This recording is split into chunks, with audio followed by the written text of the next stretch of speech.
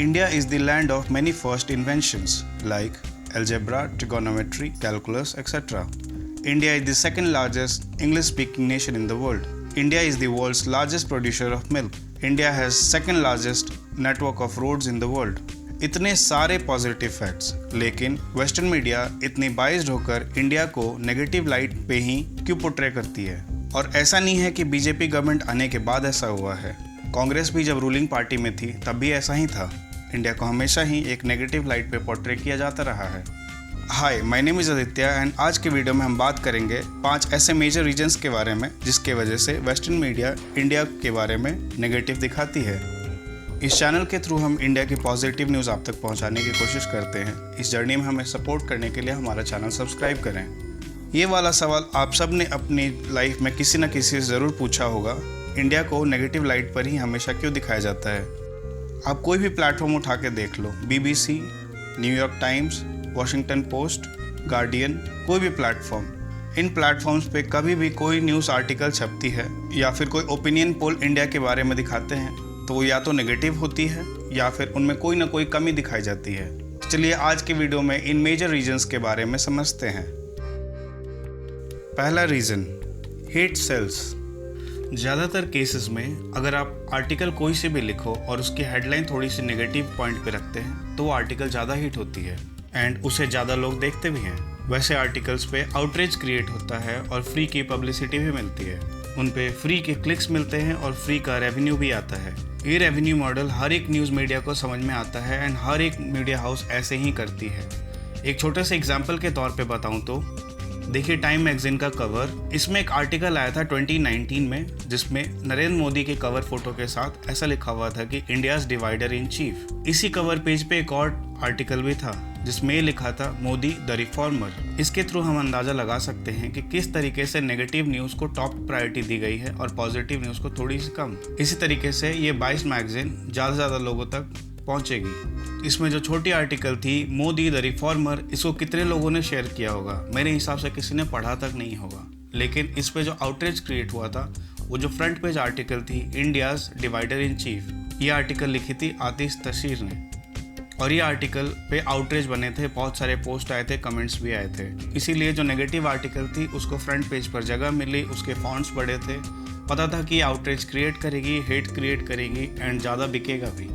ये आउटरीच फैलाने का फॉर्मूला हर एक न्यूज़ एजेंसी ने ग्रैब कर लिया है एंड ऑलमोस्ट सभी इस तरीके का फॉर्मेट यूज़ करते हैं। इनको अपना टारगेट ऑडियंस पता है और उसी के बेसिस पे ये अपने अपने आर्टिकल्स पब्लिश करते हैं। This is one of the main reason. Reason number 2, conformation बायस। जब भी आप कोई कंक्लूजन पे पहुंचते हैं उसके पहले उससे रिलेटेड कोई प्रूफ इकट्ठा करते हैं। कॉन्फर्मेशन बायस का मतलब होता है जबकि आप कंक्लूजन पे पहले ही पहुंच गए हो एंड फिर उसको जस्टिफाई करने के लिए अलग अलग सोर्सेज से प्रूफ ढूंढते हो।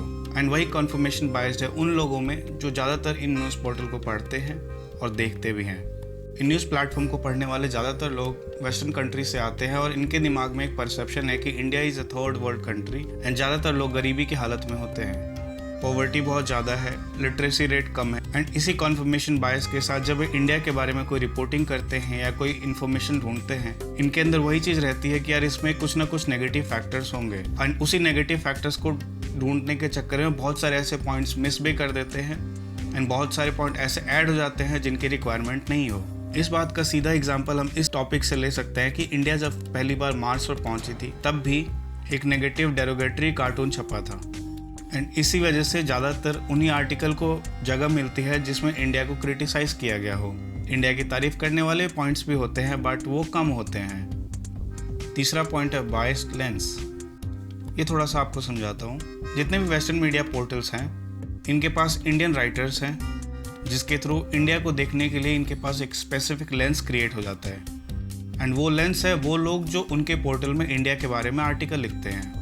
अगर आप न्यूयॉर्क टाइम्स या वॉशिंगटन पोस्ट जैसे प्लेटफॉर्म की बात करो तो उस पर राणा अयूब या फिर वर्खा दत्त जैसे लोग हैं जो कि इंडिया के बारे में आर्टिकल्स लिखते हैं। राणा अयूब जिनके किताब को लेकर के गुजरात कोर्ट ने भी कहा था कि it's a work of fiction, कोई सच्चाई नहीं है उस किताब के अंदर एंड ये किताब बस ओपिनियन के बारे में बात करती है, इसमें कोई भी फैक्ट्स नहीं है। ऐसे लोग जब पूरी अथॉरिटी के साथ इंडिया के बारे में कुछ भी लिखते हैं या कुछ भी बताते हैं तो बहुत इजीली एक्सेप्ट हो जाता है वेस्टर्न कंट्रीज़ के लोगों द्वारा and this is the biased lens जिसके थ्रू वेस्टर्न कंट्रीज के लोग इस चीज़ को एक्सेप्ट करते हैं, बिकॉज अग्री और not, most of these authors have biased opinion about our country.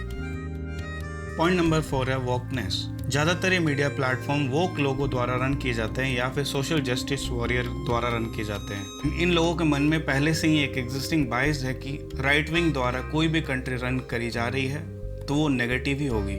India के बारे में ऐसे कॉन्डिसेंडिंग रिपोर्ट्स यहाँ पहले भी पब्लिश होती थी, बट नरेंद्र मोदी गवर्नमेंट आने के बाद इसका प्रोपोर्शन कुछ ज़्यादा ही हो गया है। बहुत ही बड़े लेवल पे इस चीज़ को बढ़ा चढ़ा करके दिखाने लगे हैं।